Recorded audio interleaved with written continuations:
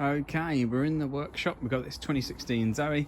I should say, first of all, apologies if there's a bit of background noise. It's a little bit windy today, so it's a little bit noisy occasionally. Yeah, massive thank you to my members, and also if you've subscribed, I've hit 2,500 subscribers, which is really cool. And yeah, consider subscribing if you haven't already done so. So let's have a look at this Zoe. What is this? So this is a 2016 22 kilowatt hour, and it doesn't drive. Let's have a little look at what it does. Yeah, let's give it a go. Everything is together. Right. So let's give this a little demo. So it's racked up an impressive 46,000 miles. So we'll just start it. Right.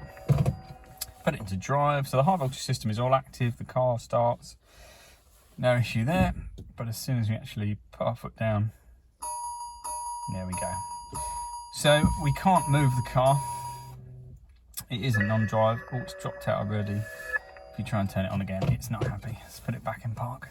So there you go, electric motor failure. I have to say that warning message is very generic. But in this case, it's pretty accurate.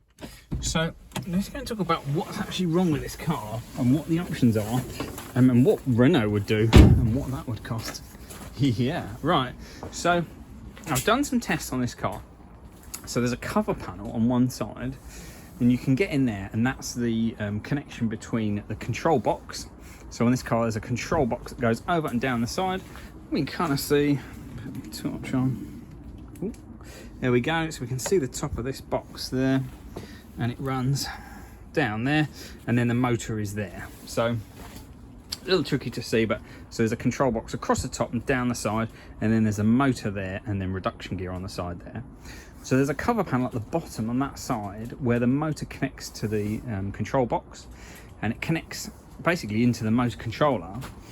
And we can run some tests in there. Now I've looked at the fault codes first of all, and it's got fault codes for motor controller internal error, and also for excitation faults.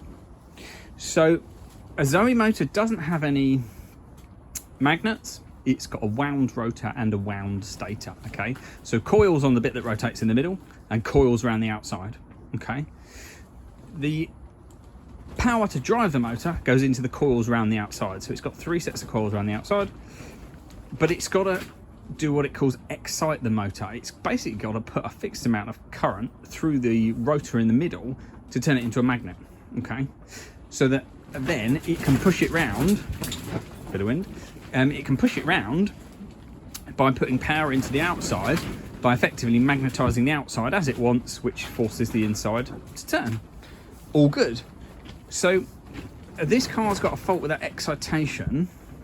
So I can get to the excitation wires through that cover panel, and based on what the reading of a good motor is, this one is massively outside that. So it's got a really, really high resistance. So what's happening is, if the motor controller was trying to put current through that rotor, it can't do, basically, because for some reason that winding looks like it's pretty much open circuit, okay? In addition to that, when we get this kind of fault, because the motor controller and the motor are very closely tied together, the motor is effectively a dumb component. It does what it's told. It's a lump of metal with windings on it, a couple of sensors, and that's it. It's driven, the intelligence is from that motor controller. So I've run some tests through the motor controller, and that actually has a short, which kind of makes sense, because probably what happened here is that the motor controller had a fault, shorted out, and instead of putting a controlled amount of current through that rotor, it's just cooked it, basically. It's turned it into a toaster, but it's not meant to get red hot, and it's just literally melted the wire. So very unfortunately for the customer in this case, and I don't do a lot of customer jobs, to be fair, I just do a few, only like major stuff really, where people struggle to find someone else to look at it. Unfortunately for the customer, this needs a motor and a motor controller, okay? So that motor controller is one part in that control box. So if you took this to Renault, what would they quote? What we'll be looking at? So I've got some parts printouts. So right, so Renault, the Renault way. So a motor from Renault is 3,000 plus VAT, so 3,600. Okay. This is a 2016 22 kilowatt hour. It's worth, it's also battery lease. It's worth 4,000 to 5,000. I don't know, somewhere in that region. Bear that in mind. So the part just for a motor, 3,000 plus VAT. You can get a Recon motor, which is 2,500 plus VAT, so 3,000 total. So £3,000 for a motor. Okay. Now Renault. So this is that control box that wraps around, and that's the motor. Renault would replace that whole box. Okay.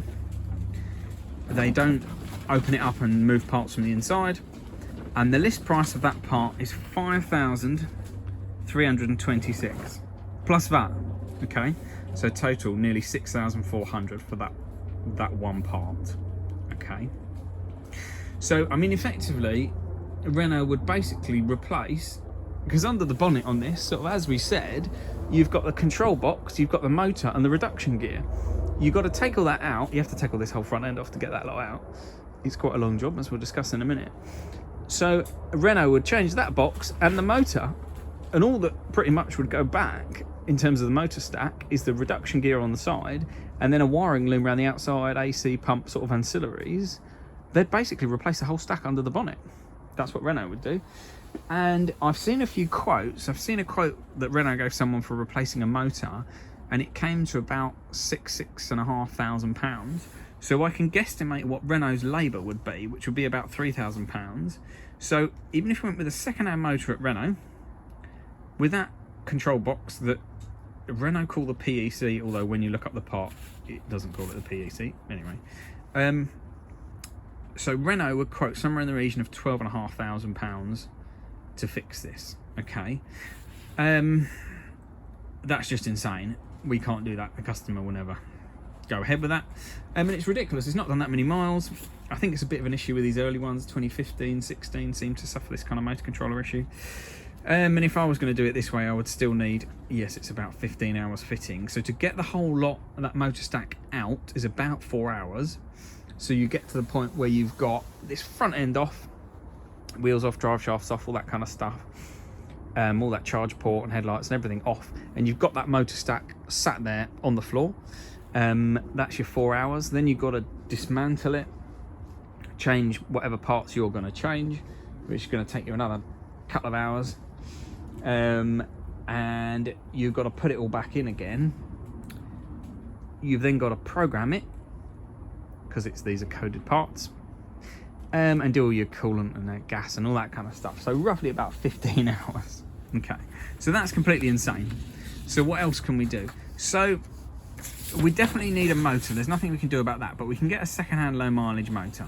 Okay, so about £1,000. I've actually got a motor that arrived a couple of days ago in the corner of the workshop because we started gathering parts. Now, can we replace just the motor controller? So yes, we can. Can we have a used one? This is difficult, and I've had this discussion with the customer. So this is the, sorry, I'll put that down so it's not waving around. So this is that control box that wraps around the side. We're sort of looking at it from the back here, and these are all the parts inside. And this part 5 is the one that we actually need. And I've got a dead one from another car. That's what it looks like. That's our motor controller. Okay, that's from another Zoe. That one's no good. The tricky thing, so I said to the customer, roughly about £500 if we can find a used controller. The difficulty is it's VIN locked. Okay, it's a write once VIN, so you can't overwrite it using the official tool. I'll just park that thought for a second. I can transfer the coding, the VIN coding, from the old one. So once you get your replacement one and you've got your two sat next to each other, your old one that's broken, and your replacement one, you can transfer the coding over. However, it only works if it's the same part number and also a compatible version of that part number, because Renault changed these parts over time, probably because they had a few issues, and so I can't just get like a newish one. It's not going to work. We'll have compatibility issues. It won't run correctly. Okay, so using a second-hand one is difficult. And kind of also, as I said, this generation of Zoe can have issues with these controllers. I've seen this a few times. So you're sort of doing a very long job to fit potentially an unreliable part back on it, which is not ideal. Okay, second hand, very difficult. So motor, okay, we can save quite a lot there. Controller, difficult second hand. So replacing only the motor controller. So the really odd thing, even though if you go into a Renault workshop, they will replace the whole control box, they will actually sell you the motor controller, which they call supervisor, separately. Okay, and that the list price is 825.84, which is 991 including VAT, so about £1,000. So this is certainly an option. This is available. It's about 2 days delivery. It's in stock with Renault. So whereas we were looking at potentially, well, 3,000 for a motor and a ridiculous amount for the control box, we can just replace the actual failed part, even though that's not what Renault would do. They'd put a whole new box on it. So we're at basically £2,000 in parts. It's still not good, is it? It's still an awful lot of money. Plus we've got 15 hours fitting roughly, so because we've got to get it all out, we've got to prepare it, we've got to change the motor and that controller. Involves a reasonable amount of dismantling inside that control box to get that one out, and then sort of prepare it and reassemble it. Quite a lot of faffing around. So this, as I mentioned, this part is programmed, so when we get it, it's going to be blank. So we need the original Renault tool, or someone who has the original Renault tool, to program that. So once we put it all back together, it's still not going to run because it hasn't got the VIN stored inside, and that's part of the mobiliser. And we got to get this to Renault, or maybe to a specialist who's got the original Renault programming tool, and get them to program that. So obviously there's going to be a charge to that, a charge for getting that programming done. Nice bit of wind. And we've got to put fresh coolant in it, gear oil and AC gas. So what are we looking at? So I sort of said to the customer, I'll try and find a second-hand one, but it's got to be the right generation. And with hindsight, well, it's difficult anyway, but with hindsight, as I said, putting on a second-hand part that's potentially unreliable doesn't really sit well with me. I've got to warranty this to the customer, and you want to do a good job, it's going to cost them quite a lot. So let's say we've got to put in a new one. So we've got 2,000 in parts, we've got 15 hours labour, we've got some transport costs, get a truck to take it to either Renault or specialists, we've got to pay them to do the programming. We've got all our sundries, coolant, gear oil, gas. What's that going to cost in total? Well, I think it's going to be, and I've said to the customer, it's going to be about £3,500, and that would be the biggest invoice I've ever charged someone. I do regularly do £2,500. I wouldn't say regularly, but I've done a few recently, sort of like motor rebuilds, stuff like that, motor replacement. I did actually do, I have done cheaper. One guy supplied his own motor and I just put it on for him. Absolutely fine, but it is a crazy amount of money, isn't it? The real issue here is this whole system. Let's get this other diagram back so it's easier to look at. This was all built for the production line to be easy to put together when they were building it. Less parts, and Renault don't really care what it costs when it goes wrong. Yeah, you need one of them, you need one of them, that's what it costs. You know, if you don't want to pay it, go around to the showroom and buy a new car. They're really not interested in making cars repairable. It's interesting that they'll sell these parts separately, so they will list this part, but they won't even fit it themselves. But that's because their procedure just says replace this box, anything inside here, replace this box. And honestly, I think they don't trust their own technicians to replace some of these parts. I mean, that one is a bit of a faff, but not too bad. If you've got to do a DC-DC converter, which is what that is quite a faff because of where the buzz bars are. The buzz bars are hooked into some fuses which are under that cover panel. So you've got to take that cover panel off, take the fuses out on the fuse tray, and then the buzz bars come out, and then that comes out. But also it's got a this capacitor on top of it. So it does make it a bit of a faff. It does make it a bit of a faff. If you're kind of interested in what these are, that is the charging filter, so the charging socket. So the power from here, that orange cable, oops, focusing on my finger, that orange cable fits onto that part, so that checks the like incoming current and voltage and stuff like that. 2 is the rectifier, charging rectifier. 3 is an AC capacitor. 4 is our DC-DC converter, so like our electric alternator, takes high voltage and produces 14 volts. 5 is our motor controller, so that's what's failed in this case. 6 is an inductor, and 7 is a DC capacitor. So we need one of those. I've said to the customer, I'll try and find a second-hand one. It's proving difficult. I've got the price and availability on a new one. I'm kind of seeing if there's any other routes to get the new one cheaper, from like if it varies dealer to dealer, or buying it from Renault centrally or anything like that, just to see if we can reduce this cost a bit. But it seems pretty crazy to me. The guy, you know, the guy said, well, it's not going to be fun, but if that's what it takes, that's what it takes, kind of thing. But honestly, I don't feel good quoting someone 3.5 grand for something. You know, it's crazy amounts of money, but there's literally nothing else I can do. We're putting a second-hand motor on it. And you have to get a reasonable one of those. You don't want to put an old one on it because they can have a few issues. You've got to get a newish low mileage one. You've got to get it programmed. You've got to buy this part. I just can't reduce the costs. The part cost is 2 grand, and there's not a lot I can do about that. But this is mad. This is absolutely mad, in my opinion. I feel sorry for the guy, but what else can you do? What else can you do? So yeah, chatting to a few garages about the job, they said, well, we would charge more. You know, when I sort of said to them, you know, parts cost, and you know, we agreed that's what it was. And when we talked about total price, they said they would charge more. It partly would be more expensive because I do these self-employed, so there's no VAT, because I'm below the VAT threshold, because I just do a few repairs here and there. And I don't turn over enough to get to VAT, so he's saved 20% already. But yeah, seems crazy. Let me know what you think. If you're kind of more interested in these, you know, the technical details of how this works and having those technical discussions, consider joining membership, because that's the kind of chats we can have. And yeah, there we go. That's about it, really. So it's just such a shame, a 2016 car, but it is what it is. And I mean, I'm a big fan of EVs. I'm not knocking them, but you know, what am I meant to say? That's what it needs. It needs a repair, and getting it down to basically the bare bones. So no VAT, because I don't charge VAT, because I don't need to. I'm not fiddling my tax. I'm just not at the VAT threshold. I'm self-employed.